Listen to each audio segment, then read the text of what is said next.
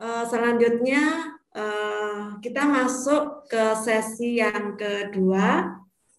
Ini ada 3 pembicara atau 3 pemateri, di mana materinya semakin dahsyat ya, karena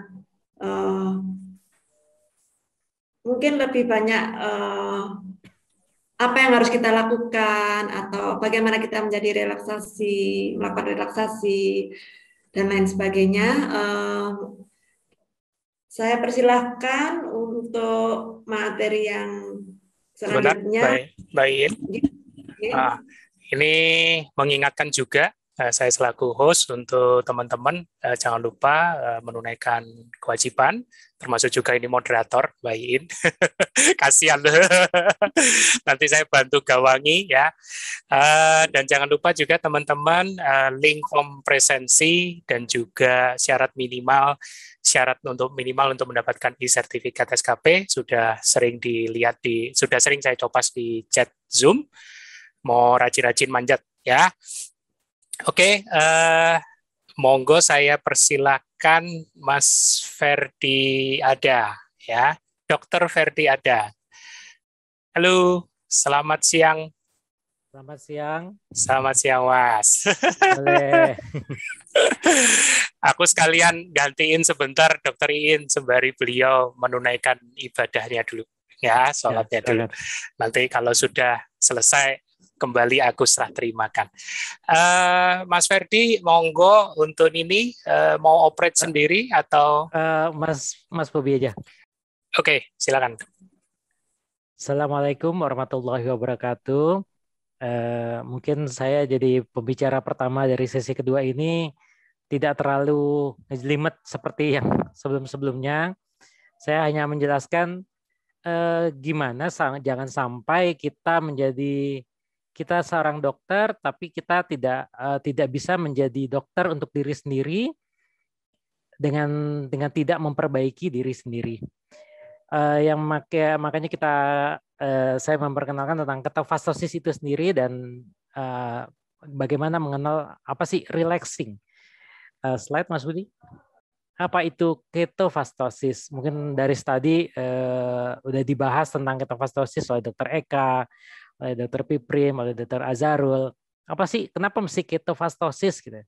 Kenapa saya malah memilih hidup dengan ketofastosis gitu? Padahal saya seorang dokter, spesialis saraf, malah pengen jadi ketofastosis itu, melakukan ketofastosis tersebut. Jadi waktu itu slide. Jadi ketosis itu adalah proses metabolisme yang normal dan tidak berbahaya. Jadi bukan sesuatu yang berbahaya ketosis itu. Jadi gimana keadaan tubuh kita supaya ketosis. Jadi mengganti tubuh yang kekurangan karbohidrat untuk dibakar menjadi energi. Maka sebagai gantinya tubuh akan membakar lemak untuk mencukupi kebutuhan energinya. Proses metabolisme lemak ini akan menghasilkan senyawa yang disebut keton. Makanya kita sebut ketosis. Yang kedua adalah kenapa sih mesti fastosis atau fasting atau puasa? Karena dengan melakukan puasa baru kondisi ketosis ini timbul. Apabila kita tetap tidak puasa dan tetap melakukan karbo, maka akan tetap terjadi tubuh kita memakai karbohidrat untuk mendapatkan energi, bukan dari keton itu sendiri. Nah, sebenarnya saya tidak ikut dalam membuat buku 5 pilar ketofastosis ini, dan jadi saya memang baru belajar. Saya ikut ketofastosis itu hanya diajari tentang feedingnya saja waktu itu. Ternyata 5 pilar ketofastosis itu ada 5. Selain feeding, sleeping, fasting, moving, relaxing. Jadi feeding tuh apa yang kita makan. Sleeping tuh memang kita harus tidur untuk men-switch dari metabolisme glukosa menjadi metabolisme ketonnya. Fasting untuk terjadi ketosis karena ketidakadaan makanan, terutama karbohidrat, dan moving, dan tetap harus olahraga. Dan relaxing. Apa itu relaxing? Nanti kita akan bahas di selanjutnya. Nah, apakah itu sindrom metabolik? Jadi sebenarnya yang kita pelajari bahwa ini yang kita selalu menganggap bahwa kita dokter, kita sindrom metabolik, jadi tidak apa-apa. Tapi kenyataannya apa? Bahwa setiap dokter yang menjadi sindrom yang mempunyai sindrom metabolik pasti menderita COVID yang berat atau sampai fatal sampai meninggal. Kita tuh harus lebih jeli lagi apa sih sindrom metabolik sehingga kita dapat mengobati diri sendiri dari sindrom metabolik ini. Sindrom metabolik udah diterangin sama Dr. Eka tadi bahwa obesitas itu terutama obesitas sentral di mana lingkar pinggang yang diukur, bukan lingkar yang lainnya tapi lingkar pinggang yang diukur. Mungkin kalau lingkar pinggang tergantung tinggi, jadi lingkar pinggang itu setengah dari tinggi badan. Itulah yang normal bahwa kita tidak menderita obesitas sentral dan kita tidak menderita sindrom metabolik. Yang kedua adalah HDL. HDL kita kurang dari HDL itu kurang dari 40, bukan kolesterol lainnya. Tapi malah kita yang stres itu malah tentang total kolesterolnya, LDL segala macam. Terus yang ketiga adalah insulin resisten. Yang itu kita periksa adalah HbA1c-nya, di mana bahwa kita bukan menjadi prediabetes atau diabetes, sehingga kita memang kadar gula yang masuk ke tubuh kita memang cukup. Dengan buktinya apa? Dengan HbA1c yang dalam normal. Dan yang kelima adalah hipertensi, bahwa kita tidak menderita hipertensi. Walaupun saat kita normal ternyata kita turun tensinya karena obat. Jadi apa yang sampai ada yang bilang 5, ada yang bilang 7, yang terakhir adalah tidak makan obat. Bahwa kita adalah sehat, tidak menderita sindrom metabolik. Nah, kalau kita menderita metabolic syndrome, pasti akan yang tadi diterangkan juga, pasti yang pertama adalah neurological disorders. Bisa jadi stroke, bisa jadi apapun, PCOS, kanker, serangan jantung, diabetes itu sendiri, itu penyakit-penyakit yang berhubungan, dan kalau kita terjadi metabolic syndrome yang terjadi adalah tensi menjadi tinggi, inflamasi juga menjadi tinggi, triglyceride juga meningkat, oksidatif stres oksidatif, dan lain-lainnya, insulin resistance. Makanya kita harus merubah diri kita supaya kita tidak menderita metabolic syndrome. Nah, inilah saya dulu, obesogenic environment, di mana saya penderita hipertensi dengan obat, lingkar perut saya besar, triglycerid saya juga sangat amat tinggi, 300-an, kolesterol LDL juga lebih dari 40, HbA1c waktu itu memang normal, tapi saya mempunyai keturunan diabetes. Sehingga apa sih obesogenic environment? Di mana-mana bahwa saya tidak melakukan obesogenic environment seperti masa kekinian, bukan masa dahulu. Kalau di mana-mana bahwa makan tinggal makan tidak mencari lagi makannya. Misalnya dengan GoFood atau dengan ojek online, kita bergerak itu malas untuk tidak melakukan apapun. Gimana sih caranya kalau misalnya kita mau jadi ketofastosis itu sendiri, atau tubuh kita menjadi ketosis? Kita zamankan dulu, pada zaman dahulu manusia, kalau biasanya kalau di grup keto kita bilang bahwa ancestral, masa lalu atau masa purba, kita tuh seperti tinggal di goa, maka kita harus kerja dulu baru makan. Jadi maksudnya kita berburu dulu makanan untuk mendapatkan sebuah makanan. Terus kalau sudah dapat hasil buruannya baru kita bisa makan. Kalau misalnya masa sekarang, semua ada yang terbalik, semua masa dulu kita harus berjalan-jalan dulu kemana-mana, jalan kaki, maaf terbalik. Dan ke masa sekarang makan dulu baru kerja. Jadi kita harus sarapan dulu yang banyak, baru kita kerja atau berpikir atau melakukan aktivitas. Dan biasanya kita makan sampai 3-5 kali. Biasanya pagi, siang, malam, snack 2 kali. Jadi 5 kali belum ngemil. Nah, itu tuh ternyata di ketofastosis itu yang kita rubah, bahwa tidak ada bergerak, tidak ada moving, tidak ada puasa. Gimana caranya supaya terjadi ketosis? Kalau misalnya kita makan dulu baru kerja, maka makannya karbohidrat juga, sehingga tidak akan terjadi ketosis. Padahal kita ingin tubuh kita men-switch dari karbo menjadi ketosis agar kita tidak sakit, yang seperti saya sebutkan di slide sebelumnya. Nah, jadi saya harus berubah. Maaf ketutup. Yang pertama adalah saya nggak mau makan jeruk. Apa sih maksudnya? Saya dokter tapi saya sakit. Biasanya pasien-pasien itu sering mengatakan, kok dokter sakit sih? Apalagi di FKTP gitu. Kok dokter bisa sakit sih? Bukannya tahu mana yang baik untuk tubuhnya, kok malah sakit gitu.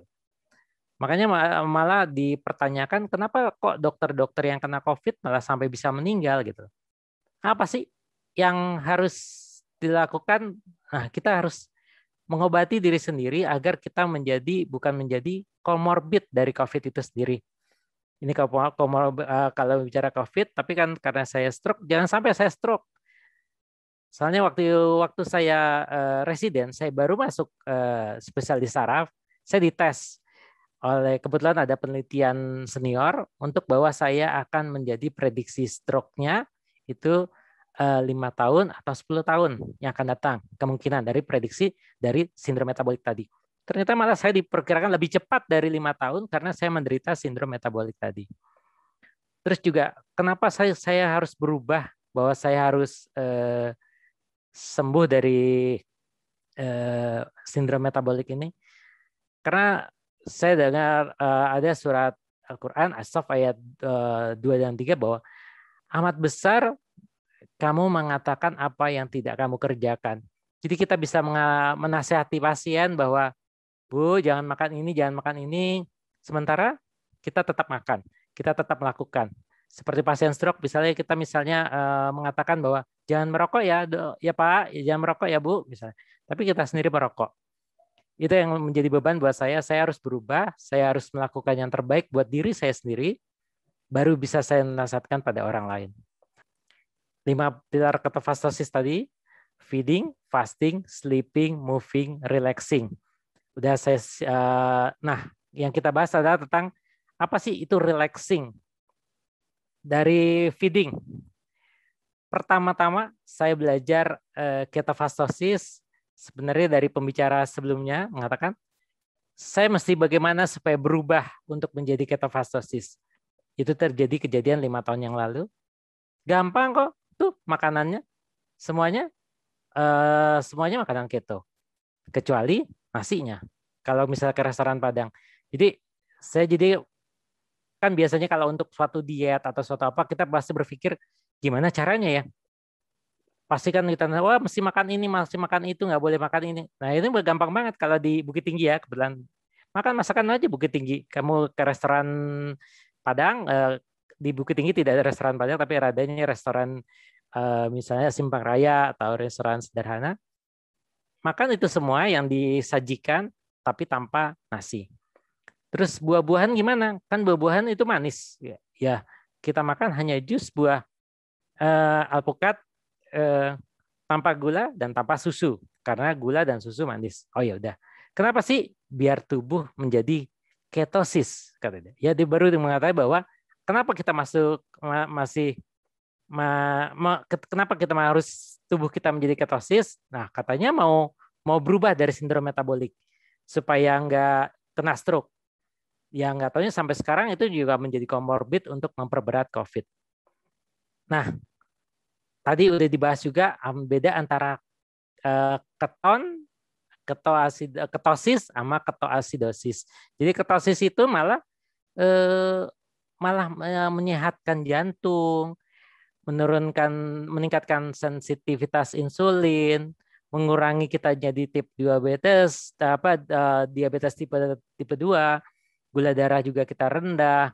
Cognitive performance, ini yang saya rasakan. Nanti di akhir saya akan ceritakan bagaimana cognitive performance saya malah saya rasa lebih bagus. Kedua juga saya mendapatkan ketone bodies itu mengurangi fatigue. Benar-benar saya rasakan bahwa sebelumnya saya memang mager karena saya gendut, waktu itu 82 kilo. Sekarang saya 62 kilo, 60 sampai 62 kilo. Saya tidak merasakan fatigue sehingga mungkin di umur 50 tahun saya bisa naik mencapai puncak Gunung Merapi yang ada di Bukit Tinggi. Yang ketiga adalah, yang terakhir adalah untungnya juga menjadi malah berat badan saya berkurang, weight loss. Yang dulu dipakai untuk ketone bodies adalah sebagai neuroproteksi, meningkatkan neuroproteksi. Dari mana neuroproteksi itu timbul? Kenapa neuroproteksi timbul? Ternyata diet ketogenik itu dipakai untuk orang epilepsi. Orang epilepsi apabila memakai diet ketogenik, dia akan menurunkan dosis obat, malah kadang ada yang sampai menghilangkan atau obatnya sampai tidak dimakan. Obat misalnya seperti carbamazepine, phenytoin, atau dan sebagainya, sampai mengurangi dosis, sampai tidak makan hanya dengan diet ketogenik. Jadi ketone bodies ini memang luar biasa. Nah, ini dia, para penyintas epilepsi sangat dianjurkan dengan diet ketogenik sehingga terjadi neuroproteksi. Gimana sih niat diet ketogenik itu? Sebenarnya gampang. Kita pengen otak kita punya energi. Energi itu ternyata bisa memang tadi ada dari glukosa, yang kedua bisa dari lemak. Biasanya kalau kita makan nasi, glukosanya meningkat, sehingga pankreas memproduksi insulin di beta sel beta pankreasnya, lalu insulin mengirim glukosa ke dalam sel. Nah, tapi kalau diet keto atau lemak tinggi, karena tidak ada glukosa, level glukosanya sangat menurun. Ini gambaran kelapa, maksudnya bukan air kelapa, tapi santannya. Terus lipase melepas trigliserid, dan trigliserid langsung dibawa, asam lemak langsung dibawa ke liver, dan liver menghasilkan keton. Nah, keton itu yang akan diantarkan ke otak dan seluruh tubuh. Terus jadi emang lemaknya masih banyak mesti sebanyak apa sih kita makan? Nggak terlalu banyak kok, apalagi yang sebelumnya persediaan lemaknya sangat tinggi pada pasien-pasien obesitas seperti saya dahulu kala. Dulu kita mungkin sampai sekarang kita termakan hoax bahwa kolesterol itu pokoknya semua kolesterol jahat. Tapi ternyata majalah Time dulu bilang bahwa kolesterol itu jahat, tapi sekarang makanlah kolesterol, makanlah butter, makanlah mentega. Pasti ada perubahan. Jadi bahwa kita memang di kita sendiri banyak hoax-hoax bahwa kolesterol itu jahat. Jadi setiap kolesterol tinggi harus kasih statin. Padahal fungsi kolesterol itu banyak.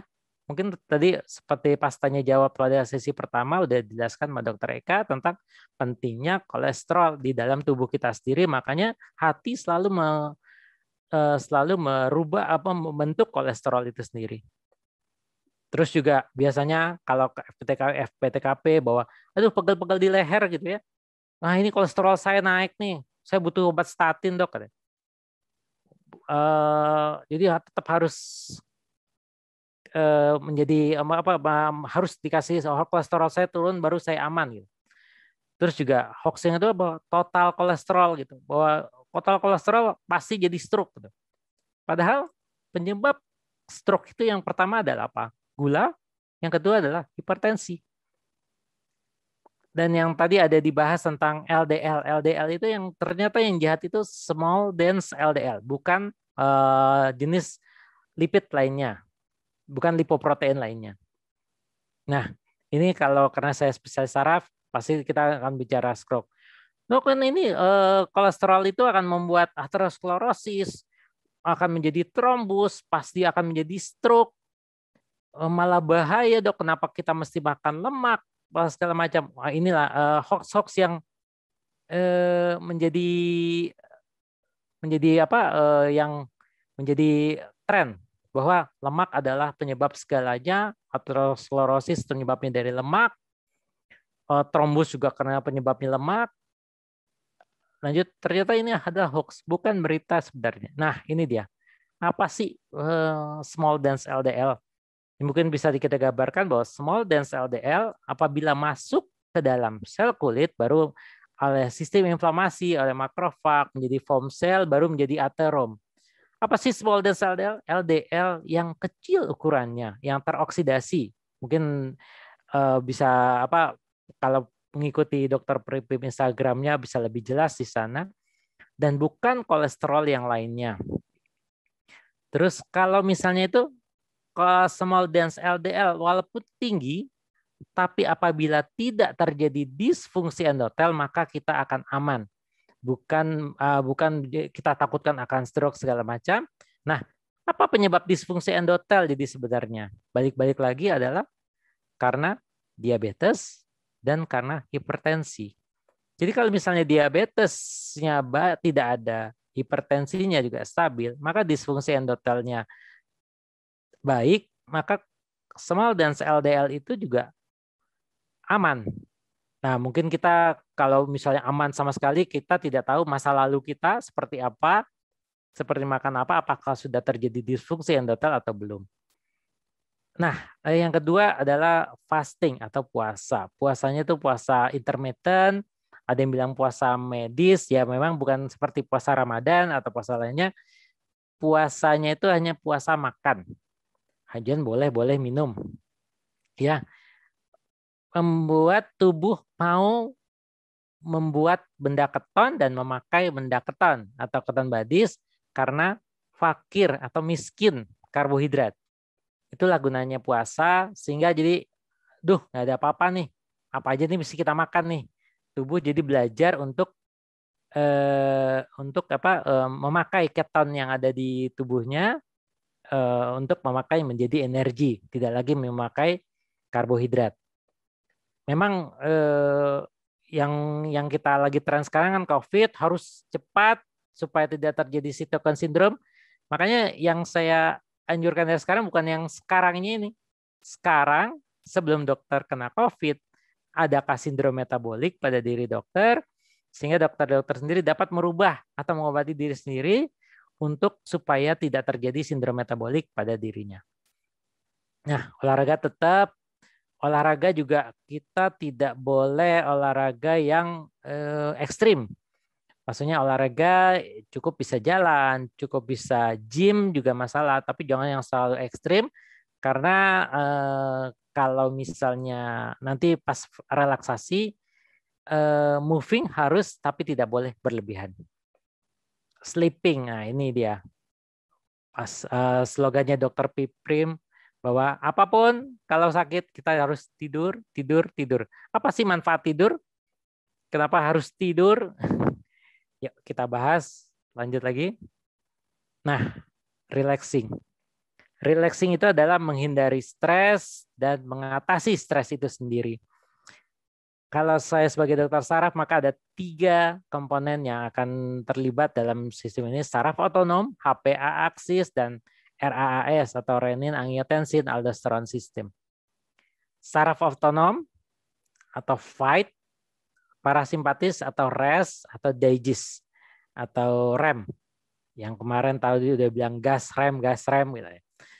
Kita perlu gas nggak? Perlu. Tapi kalau ada waktunya kita perlu gas. Dan kita perlu rem nggak? Perlu. Jadi mesti seimbang. Nah, gimana kalau misalnya gasnya pol? Remnya juga mesti kita tingkatkan, ya. Jadi memang ada beda antara simpatis dan parasimpatis. Nah, ini keduanya adalah saraf-saraf otonom.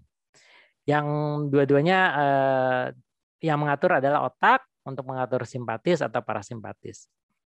Nah, ini yang simpatis, misalnya tensi kita jadi naik, nadi kita jadi cepat, pokoknya semua yang kalau misalnya simpatis itu gampangnya sih kalau kita tiba-tiba dimasukin ke kandang macan atau dekat kayak kemarin saya ketemu ular. Gimana caranya simpatis? Pertama, gimana kita siap untuk lari, bukannya kita tidur. Nah, kalau parasimpatis, jadi kita karena simpatisnya itu memerlukan energi, kita butuh menghabiskan energi, kita butuh mengumpulkan energi dengan parasimpatisnya bekerja. Ya, jadi nggak bisa simpatis terus-menerus sampai parasimpatisnya belakangan. HP aksis ya, bahwa apa kan biasanya kortisol yang dihasilkan dari hipofisis ke hipotalamus ke adrenal ya, sampai ke adrenal melalui CTH sampai menghasilkan kortisol. Lanjut, RAS. Nah, yang tadi yang dibajak. Renin, angiotensin, aldosteron sistem. Di slide Dr. Eka dikatakan bahwa dari ginjal menghasilkan renin. Renin merubah angiotensinogen dari hati dan bisa juga dari lemak yang obesitas menjadi angiotensin 1 oleh ACE menjadi di paru menjadi angiotensin 2. Nah, angiotensin 2 itu dibajak nih sama COVID. Dibajaknya gimana? Digantikan fungsi S2-nya yang harusnya angiotensinogennya 2 itu untuk merem sistem simpatis sehingga kan RAS itu akan menaikkan simpatetik meninggalkan simpatis juga sehingga apabila S2-nya sudah membajak maka simpatisnya akan terus meningkat.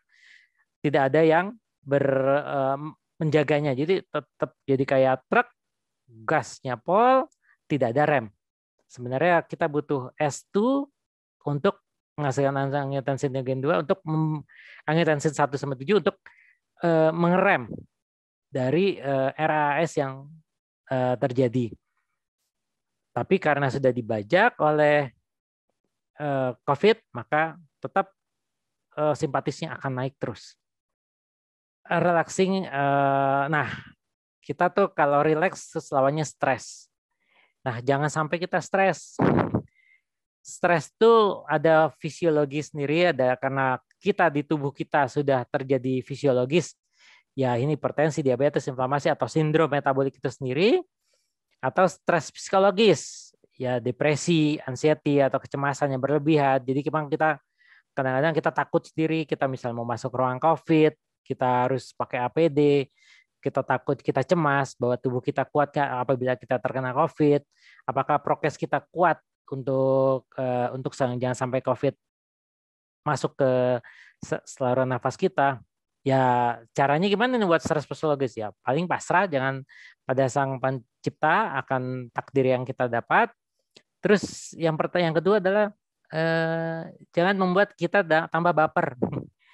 Orang kalau misalnya ketofastosis kan tuh makanannya aneh sendiri. Jadi kadang-kadang ini kok kalau saya biasa kalau bertamu atau kondangan saya hanya makan lauknya saja. Terus nggak makan nasi, pasti kita akan dibully habis-habisan. Kenapa nggak makan nasi? Kenapa nggak ini? Kenapa nggak itu? Gitu. Kalau di Bukit Tinggi sih lumayan gampang ya. Kita jarang ada roti kalau misalnya makan. Tidak seperti di hotel atau di mana. Terus juga kita jarang biasanya makanan kalau ke restoran Minang ya, ke restoran Minang di Bukit Tinggi gampang. Terus juga gimana sih supaya stres fisiologis kita nggak muncul gitu. Dan juga jangan membuat kita baper. Ya malah nonton drakor yang sedih, thriller, atau teman sendiri yang senang banget ngejulitin kita. Yuk, jauhin aja itu sih, dengan blokir. Kedua ada stres fisiologis tentang sindrom metabolik itu sendiri. Lanjut. Nah, apa sih arti relaxing? Relaxing kalau stres bisa itu kita membawa saraf simpatis kita bekerja. Kalau relax, parasimpatis kita bekerja. Jadi menurunkan saraf simpatis dan menaikkan saraf simpatis. Kalau saraf simpatis naik, RAAS tinggi juga. Akhirnya jadi muter aja. RAAS naik, simpatis juga merangsang RAAS. Terus juga stres psikologis itu menghasilkan merangsang otak melalui hipotalamus dan sistem limbik sehingga kortisol kita juga meningkat. Nah, itu hal-hal itu yang kita harus hindari, kita turunkan. Gimana caranya?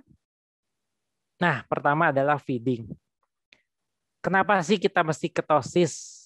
Kenapa kita nggak diet biasa? Karena ketosis itu akan menghasilkan hormon neurotransmitter GABA yang dapat menurunkan simpatis. Jadi sebagai remnya juga, dan keton itu sendiri adalah anti-inflamasi sebenarnya. Sedangkan glukosa atau karbohidrat menghasilkan glutamat yang menaikkan sistem simpatis. Terus juga ketosis mempermudah respon imun sistem sel innate menjadi sel adaptif. Memang selalu apabila kita terkena infeksi, sistem sel innate kita yang bergerak baru menjadi sel adaptif. Tapi jangan lama-lama di sel innate-nya, jangan lama-lama. Akhirnya apa kalau lama-lama akan menjadi cytokine syndrome atau badai sitokine. Jadi gimana kita cari jangan sampai karbo masuk ke tubuh kita sehingga terjadi ketosis, sehingga gampang tubuh kita dari kan simpatis kita udah naik nih karena COVID atau karena stroke. Stroke sendiri juga kalau misalnya kita terkena stroke pasti akan dicek jadi gula darah pasti tinggi walaupun dia bukan diabetes.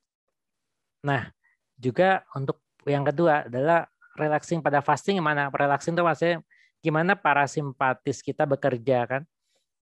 Makan atau tak puasa, sel lemaknya tadi yang sudah saya bilang akan sel lemak yang banyak pada pasien obesitas menimbulkan inflamasi dan juga memproduksi angiotensinogen selain di hati. Lalu apabila kita suruh malah bukan puasa, makan, jadi terlalu banyak energi yang dibuat. Jadi mau nggak mau insulin kita bekerja karena karbohidrat banyak, terus juga harus kalau misalnya jadi disebut dia terlalu banyak energi itu harus mengeluarkan saraf simpatis. Jadi simpatisnya dipaksa kerja lagi, padahal kita disuruh istirahat agar saraf simpatisnya tidak bekerja. Puasa membuat RAS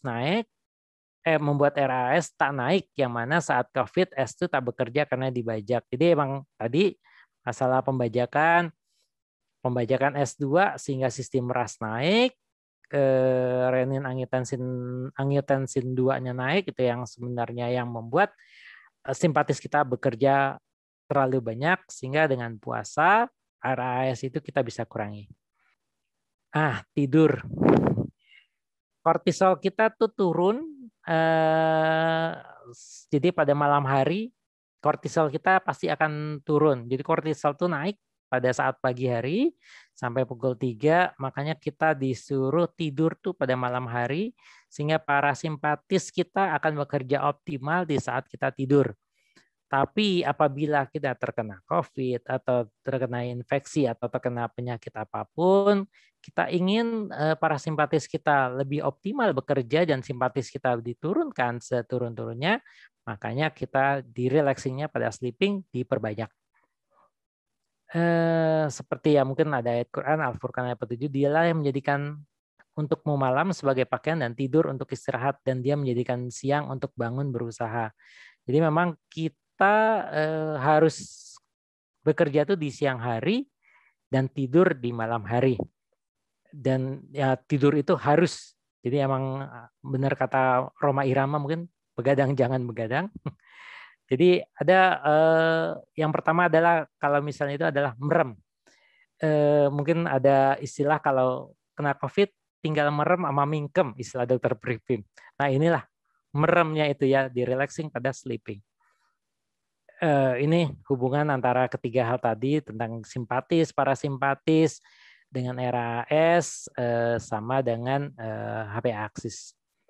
Ya. Di mana angiotensinogen 2 tingkat meninggi, sehingga kita jangan sampai angiotensin kedua kita yang sudah dibajak tetap simpatis kita akan kerja naik sehingga terjadi cytokine syndrome. Cuman mulai saat ini mungkin dokter yang mendengarkan, coba yuk kita berubah agar kita tidak menjadi metabolic syndrome, sehingga apabila amit-amit kita terkena COVID karena mungkin prokes kita yang kurang baik, misalnya dalam saat menghadapi pasien COVID, kita tidak menjadi kandidat untuk menjadi cytokine syndrome. Kata penutup, jadilah dokter untuk diri sendiri dahulu sebelum menjadi dokter untuk orang lain. Jadi jangan menasihati orang, jangan mengatakan apa yang tidak kamu lakukan gitu. Ayo ibu mesti baik nih, mesti gulanya mesti baik segala macam. Jadi kita menjadi diri sendiri dulu. Kita mau nggak kita tetap makan karbohidrat, tapi terus kita makan obat gula? Gimana kalau kita misalnya stop obat gulanya, tapi kita stop karbohidratnya? Mungkin menurut kita sendiri, kalau kita jadi dokter sendiri, kita akan memilih untuk tidak memakan karbohidrat dan kita menyetop obat gula. Terima kasih, selesai. Mungkin ini yang kenapa saya bilang bahwa kognitif performance saya meningkat. Saya bisa menulis novel berjudul Perhara Roma Gadang yang belum pernah saya terfikirkan bahwa saya bisa membuat novel setelah ketofastosis. Terima kasih.